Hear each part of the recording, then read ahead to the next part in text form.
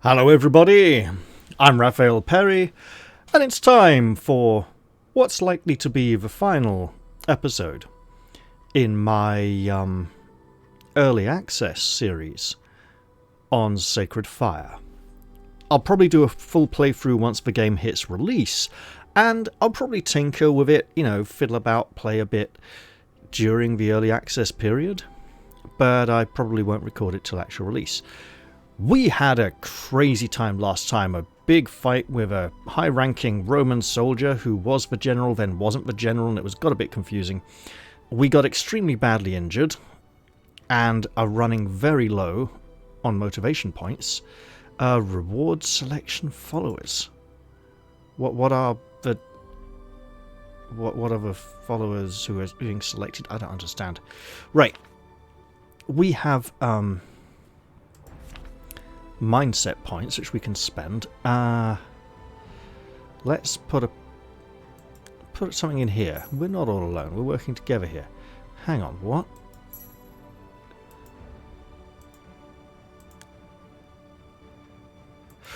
Oh, is there a cap on the maximum I can have here? Because that would be weird. You know what? That anger resistance is probably important. Alright? And as for renown, we've filled all... No, we haven't. Wait. Yeah, might as well just go for it. Those are all full as well. So we got nothing we can spend these on. In terms of people, we're doing really well. I wonder if this will get all reset and replaced with different characters in Act 2. Then again, we don't have access to Act 2 yet. We only have access to Act 1. So let's dive in and see how things go down in the aftermath of that hectic showdown, covered in bear poo that's dried and probably still reeks a bit, to be honest. Maybe wash that off soon,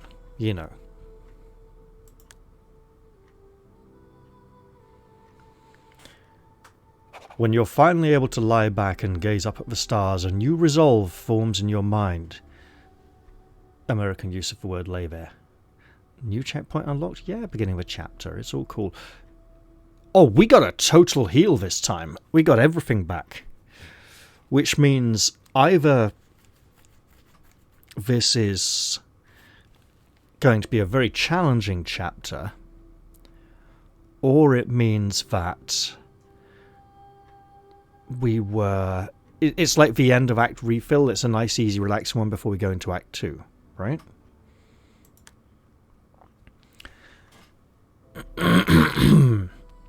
This is a day to remember and build on. This is a day that made you stronger. To what will you direct your inner strength? 6 rewards. You gain 2 rewards for each level up, so we're finally getting those. 1 of 6. Okay, I get to do them one at a time. Your mind is brimming with energy, so you decide to perfect your sword fighting routine. Focus on offense or defense, strength and agility. Well, let's just look and see what we've got. Strength 8, agility 5. Yeah, we could probably do some more defense, to be honest. Then again, damage and armor. Okay, so not like that, right? Okay. We were taking a lot of hits and a lot of damage in that combat section, so it would be good to be a little more sturdy and durable. A fugitive memory of your mother comes to mind, but this time you use your strength to capture it. You recall her vividly, playfully leaning against the wind. Embrace her values, treasure that memory.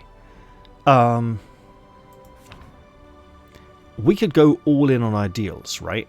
That'd get us more encourage, more soothe, more anger resistance, and more blocks resistance. Your ability to resist mental pain and shake off negative experience in relationships. Existing blocks decrease your specific resistances. Oh, okay. Okay. So these are our existing blocks, and they come off our resistances. Yeah, sure. So, we could get some extra ideal and be better at, have better resistances, which would be good. Minus trauma. Our trauma is 2. And that's just one block, right? So fear, anger, hang on. 3, 7.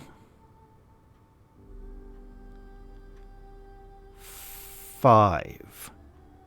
So reducing the trauma is better. And yeah, we are pretty set in our own ideals in terms of what we stand for and like emotional and cultural values and mental values, so sure. Images of your mistakes and failings torment your mind, so you channel your strength into self-compassion or perfection.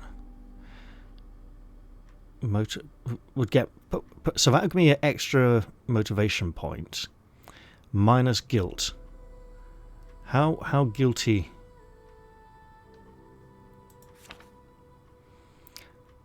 Oh, guilt affects 6. Yeah, sure. Let's reduce that. That's a big guilt, actually. Yeah. Let's think, you know what? Hey, some of these ingrained thoughts we've been struggling with, they aren't so bad. And get rid of this. Yeah, thank you. You reflect how important is the ability to read people. You channel your strength into understanding a little more about yourself to reduce addictions or others to improve empathy. Right, well, obviously, empathy 5. Oh, it's going to be like 1, 2, 3, 7. And the other one is addictions 4. So yeah, try to understand others, try to become more empathetic, because the whole focus of this game seems to be empathy, understanding people, being emotionally in touch with the situation and not letting your emotions get too much control of you, but knowing when to give in to them and do the emotional thing, right? Follow your heart, but don't lose your head in the process. Dread of your own mortality rises within you, but you use your strength to hold it at bay and focus on the good you did or how lucky you are. Hey, well look, favor 3 ideals. Well, yeah, okay. But favor is also belief in the gods, right?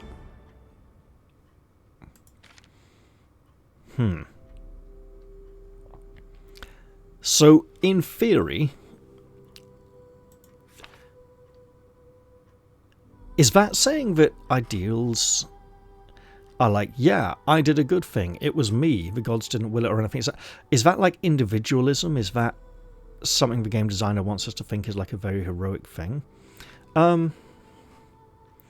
Anger blocks, intimidate, encourage, and soothe. Motivation points, fear resistance, encourage, and soothe. Well, we got a lot of fear resistance already. We need that anger resistance up. So in that regard, sure. I was thinking it might be good to build up that favor instead. But that's just not happening at the moment, The possibility you could rise to real greatness enters your mind. You channel your strength into imagining yourself as a renowned hero or respected peacemaker. You know what? We did build up some rage in that last fight. And it would be good to reduce that. Right? That, or we could embrace it and go, look, we were pretty damn violent. We're not going to be that peaceful.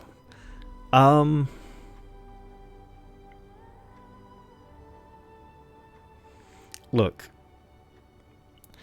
I may be a great hero, but I don't think in this time of coming war many will think of me as peaceful. It would be great, but I think our guy is more likely to lean towards this one, because that's harder for him to imagine in his current circumstance. How would you like to use your influence? 8 rewards. +1 motivation max. Okay. Prepare to meet absent characters. I've got 8, right? So approach attain, approach raven, approach followers. Sure. You see many freed slaves are already awake, chatting happily about their newfound freedom. Yeah, let's listen a bit.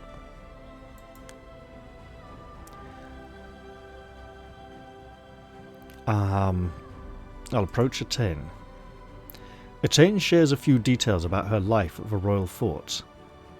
Ask about childhood, new insight. Sure. Insight about Attain. What is it? She remembers your mother. That's not new, but okay. So 6, if I go 1, 2, 3, 4, 5, like that, right? So you notice Luan is fascinated with Talon and use the opportunity to listen to her. Get those blocks down. So we'll approach Attain. Your resting place is next to a patch of edible berries and surrounded by night-blooming flowers. Oh, these are different options. Give her a bowl of berries, a bouquet of flowers. No, we'll give her the berries. She'll appreciate the more practical gift. Now, was that different because it was my second time approaching her? Different. Or was it different because it was the 4th reward I was doing, right? Let's approach the followers again. You notice the older man is going silently through a training routine. Observe.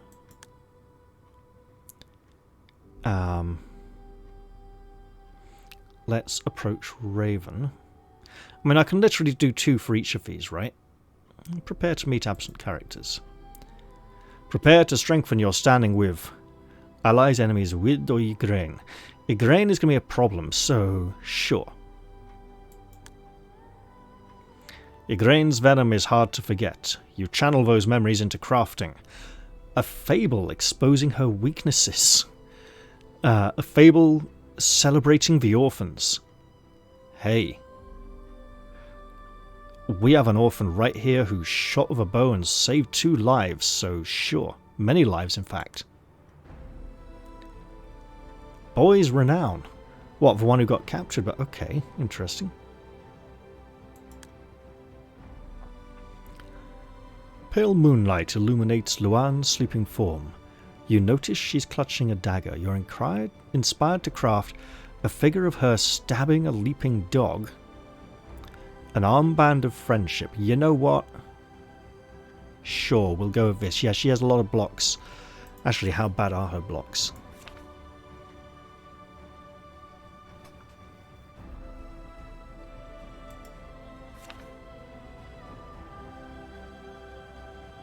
$11 blocks. Okay, yeah.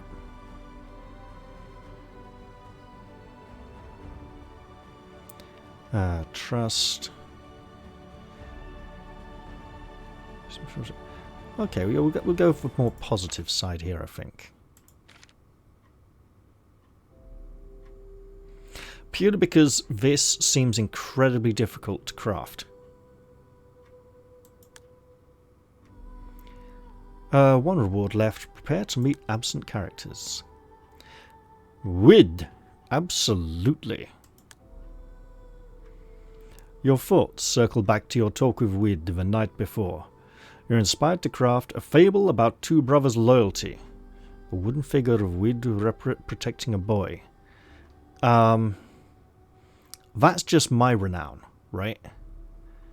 I can get that anyway. It is what it is. His blocks. That's a lot of guilt and envy. Envy? Oh no, that's mine. That's a lot of guilt. Sure.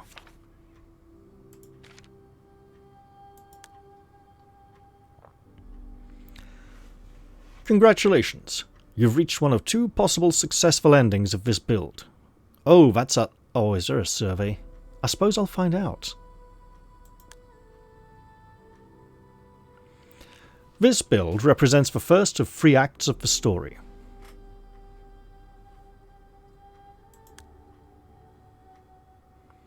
We can't wait to share with you more scenes to explore, including the rescue mission you saw in the intro. I'm not sure I remember that very clearly, but it's been a few weeks.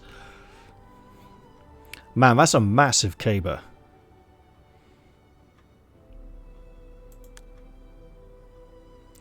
Please let us know what you think about the Sacred Fire in the forums and help us improve the game. Yeah, I might just do that.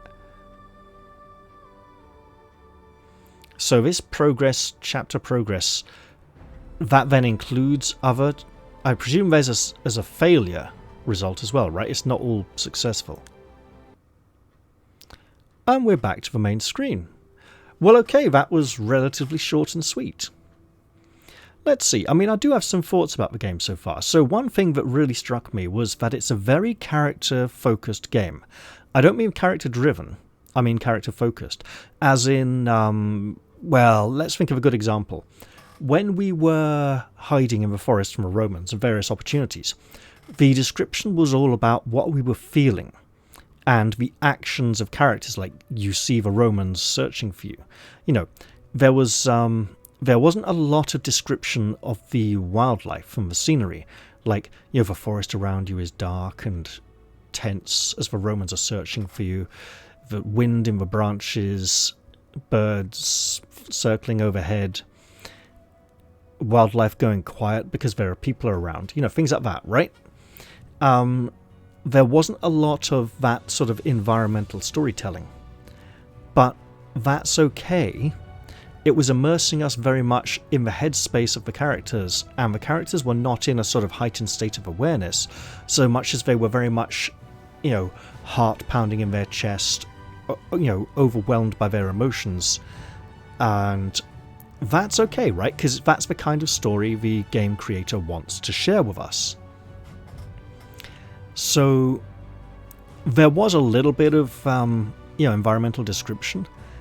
Not as much as you might expect in classic literature, right? Like Treasure Island or something like that, right? Sorry, I've got a bit of a sore throat. But that was okay, right? I feel the depiction of the Celts and Romans, while not the most historical, has been an interesting one.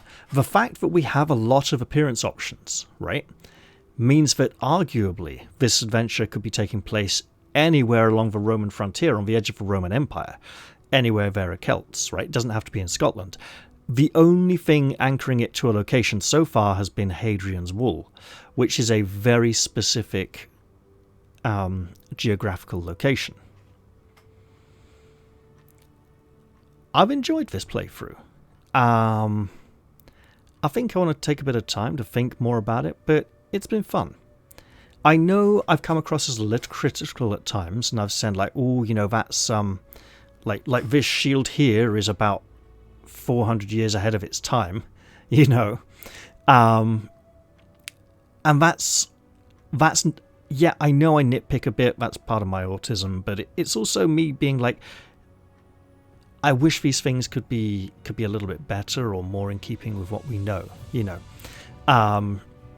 because it's like, that's taking the shield for example, right? This is a beautiful Anglo-Saxon or Viking shield, right? Of the kind used in the upcoming centuries. At this point, we don't know exactly at what point after the building of Hadrian's Wall this game is taking place, but we do know it's before the Romans left, before these shields became commonplace in these lands. And it's like, this is a beautiful Viking shield, but if you wanted a beautiful Celtic shield, they do exist, and lots of people are familiar with this kind of shield. Less people are familiar with Celtic shields. So it'd be like, there are opportunities to bring out new imagery and wow people with like, hey, this is amazing. It's like, so Celtic swords, they're generally a bit shorter, similar in size to the gladius. I say generally because you've not just got the gladius, you've also got like the spafer, which is the Roman cavalry gladius, which is like full sword length, like almost as long as your arm. So there is variety, One thing I feel, these characters here, right? Full length sleeves, properly dressed for the weather. This lady, she's got a nice big fur shawl. And this is Scotland we're talking here, right? Scotland around the 3rd, 4th, 5th century AD. Maybe even 6th, depending on how late some of the Romans might have stayed up there. But basically, it's pretty cold. And while the Celts up there were... Well, sorry, because you got the Celts, that's the Celt. The Celti are in sort of all of Britain. The Picti are in Wales. The Scoti are in Scotland. They're separate tribes, but they're also Celtic tribes. And then you got the Irish Celts as well, I've enjoyed this. I am concerned that this is about a third of the game, and with the pace the game moves at, the fact that it's very introspective, very to do with the character's personal inner space, there's not going to be much more story to tell. And with the building up of the army and stuff, if there's only going to be about 20 chapters in the whole game, that's going to be like another 7 in Act 2, another 7 in Act 3, maybe. Or maybe like 8 in Act 2 and then 5 in Act 3 or something, I don't know. I'm not sure the army strength mechanics are going to come into play very much. I am intrigued to find out more about that Roman prisoner who was a healer and helped the Celts, because it shows a more three-dimensional story. It's not like, oh, the Celts are good and the Romans are bad. It's like, hey, there's some good Romans and there's some bad Celts. I mean, we met Maul, right? Either we should see a lot more of Maul in the second act, like he has gained power in the tribe and is trying to control the warriors, and he'd be like opposing us and trying to stop us doing things. Trying to throw his weight around, saying, who are you anyway? You ran off and you went to the Watchtower and you just came back. And we'd be like, look, we need warriors to go out here and fight the Romans over there. And be like, no. Maul says no. Maul resists, like, oh, So either we see a lot more of him in Act 2, or he's gone now. He only featured briefly in Act 1. It would be interesting to know if the sort of totem pole of characters changes from act to act and doesn't become too static, right? I don't think our renown should set back down to nothing, but if there's a time period between acts, then having the values of secondary characters adjusted in between acts would help to provide more of a challenge, or there's going to have to be people higher than us. I also think it would have been nice to have access more often to the characters like the people we'd rescued, the Roman general, the orphans, characters who we had gained understanding about. It would be nice to be able to check up on them more often during gameplay. But hey, I think I've whiffled on for quite long enough now, and I'm going to leave this one here. I hope you've all enjoyed this episode, and I do look forward to seeing those of you who choose to stick around and see whatever I'm uploading next. But I'm going to say goodbye for now. Hope you've all enjoyed Sacred Fire. Cheerio, everyone.